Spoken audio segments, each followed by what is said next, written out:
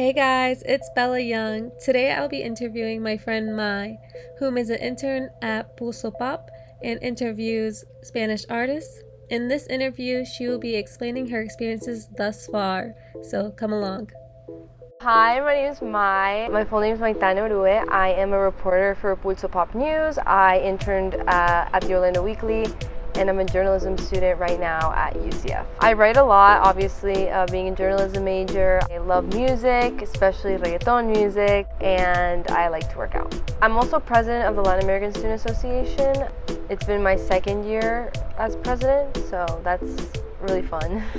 So I've interviewed Pau Pau, Cheska, Alejo, Bless, Javielo. I've interviewed Mane de la Parra. He's actually going to be co-host to a show called Mira Quien Baila on Univision, but he's a telenovela star.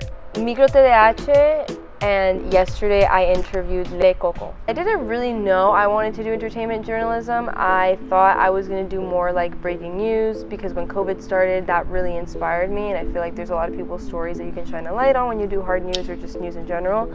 But then I interned at the Orlando Weekly, and they told me I can go to Vibra Urbana, which is like a huge festival, reggaeton festival here, and I went last year with my friends and I had an amazing time. But this experience going backstage, getting to interview artists like Blessed and people like that, I realized that it was not even like work, it was more of me like having fun. So I was like, this is what I want to do. But living in Orlando is kind of hard because there's not really any media outlets for reggaeton artists or music in specific.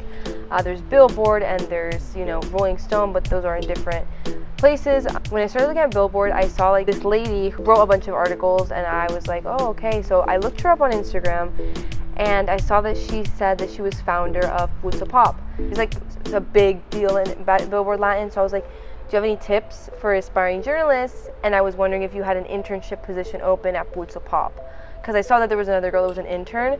So I kind of just was like, so are you looking for any more? And I was like, hey, I would really like to do this. I feel like this is a great opportunity. And it took her 2 weeks to respond to me. So I was like done with it. I was like, I'm not gonna get it. And then she responded, and she kind of basically offered me the position. And I was like, yeah, for sure.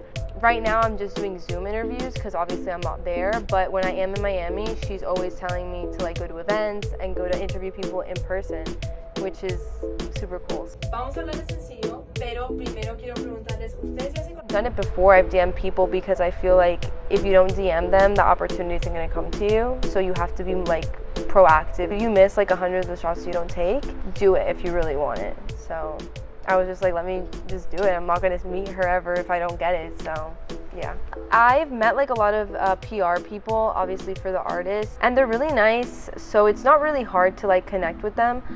But I guess it's helped me network because I have the PR following me on social media. Someone reached out to me a few days ago, a PR for like this other artist, seeing if I could do an interview for them. So it's definitely helping me broaden my network. And at the events, you meet people from other like media outlets. So definitely, connecting with them and seeing if there's any positions open with their company once I graduate. I think it's really important because it's like not, how good you are. I think it's like who you really know. For example, my boss, Jessica, she's super, super like connected, and she posted me on her social and people started following me. So definitely, I think networking helps a lot, especially if you want to work in the industry. If you have that, opportunity, it definitely helps because if you're not right for one position, maybe they can recommend you for another, and it helps you like get job opportunities and maybe other opportunities that you wouldn't think of. I do love music, and I don't know why, like entertainment journalism for me wasn't artists, it was like gossip. I did look like at Spotify, I looked at like Sony Music Records to see if they had any journalism positions, which obviously they didn't. Then I started really looking at Billboard and Rolling Stone, and I was like, I like this, but I don't know why it just never crossed my mind that I'd be able to do it. I have like a set list of questions for people who are like just starting to like make a name for themselves. So I asked them like how they found their passion for music, what kind of style do they think they do, how their inspirations come out, and basically like how they signed to that record label and how that came about. But if it's people that like Chesca and Alejo, it's usually promoting a single or a song. So I asked them, you know, did you guys already know each other before doing the song? How was the chemistry between you guys? What inspired the song, which is a basic question that's like already there. And yeah, I mean, it depends really like what the artist is promoting. Memorizing the questions, thinking, okay, what's the next question I'm gonna ask without having like my phone there, and not being super starstruck and nervous. For example, like Alejo's like super cute and like he's really famous, so I was kind of nervous driving to the interview, obviously controlling the nerves and realizing that they're just people. But yeah, that's probably the most like hard part of the interviewing. What I do to like memorize the questions is I go into my bathroom, I lock myself up, and I pretend like I'm having the conversation with them and just memorizing like which question goes after the other, which is kind of logical. At one point you're like, okay, I'm ready and like I can do it. This question, Fade, or as people know him too, Fercho. He's like the best of the best for me right now. Definitely one of like my top artists. He seems like super humble too, so I feel like it would be super fun to just interview him and see how he is, because he seems like kind of goofy too, and just talk about his like success this year, because he was kind of low-key and then this year he blew up. His songs are they hit you hard. They make you want to, like, you know, I'm like in a happy relationship, but they make me want to be like broken up and crying in my room, because they're just very, very like, you can feel the emotion, and I feel like that's super important for an artist to do in their music, especially for people to connect. So I want to like dig deep into his like heart, I guess, and see like what has happened to him to be so good and have people emotionally connected to these songs. Get people to open up to you in these interviews. You really have to start doing small talk in the beginning, like break the ice.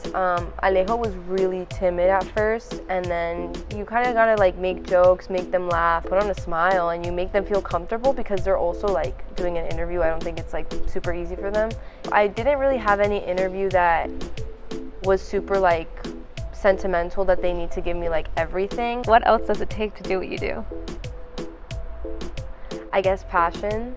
You have to be passionate about it, because if you're not, you're just not gonna enjoy the moments, because those are hard things.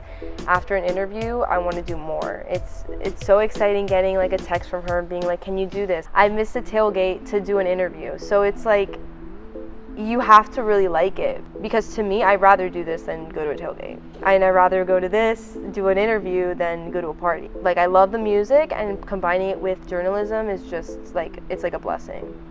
Really, you just have to kind of manage your time. If I have to, I'll wake up super early, do my homework, go to class. And she's also super flexible with my schedule, so if I can't do it, if I really can't do it, I have like an exam, or I already like made plans with people, I tell her like, I can't do it, or can we do it earlier? Also, it helps that my friends and my boyfriend and my family are like super supportive about this, so they understand. But it hasn't really come up that I've had to cancel plans with people. It's more of like a class schedule type of thing, because they want to do it at 1 and I have class at 1. So it's more of just like having a good schedule set. I think it's made me like happier. When I got this, I was going through like a friend breakup, but getting it and kind of just like realizing that, you know, times change and things are gonna get better, especially getting this, because this was so like something that I never imagined, obviously helped me a lot. I think it's also helped me realize that if you like really put your mind to something, it can happen, and that you just have to really try and do affirmations and like think to yourself that you can do it, because in reality, like, nothing's really impossible. Hola mi gente, es Maitane, estoy acá en los estudios de Rich Music. Acabo de hacer mi entrevista con Pau Pau y acá está el regalito que me dieron. I say I'm a badass. I say that anything good that comes into my life, I deserve it. And I accept everything good that life brings me, and those are like the 3 I can remember now. I have them written down somewhere. Reach out to people that you think might not like get back to you. You don't really lose anything, and put yourself out there. That's the best you can do to become like what you want to become. Don't be afraid to like go after what you want. Saying it alone is like easier to say it in front of like people. But usually I have like a bad bitch playlist before every interview. I put it, and I'm like, I can do this, and like it's gonna be a good interview. And usually it helps a lot, because, you know, I am a bad bitch, and I'm doing like this job and I'm helping people out. So I love that. Before I go to modeling, I put on a playlist for whatever type of shoot I'm trying to get into. Yeah, and you get into the mood of it. Yeah. All right, thank you so much. Yeah, I of have course. all Thank I you need. for having me. Check out Pulso Pop on YouTube and check my interviews out with the recent one that they posted is with Maitane de la Parra. So if you speak Spanish, you can understand. If you don't, put subtitles and you can see what I'm saying to him. But yeah, that's about it. Thank you guys so much for watching. Please hit that like button and press subscribe. Comment down below your favorite part of this interview if you have any other questions or if you have any suggestions. Thank you so much and see you next time.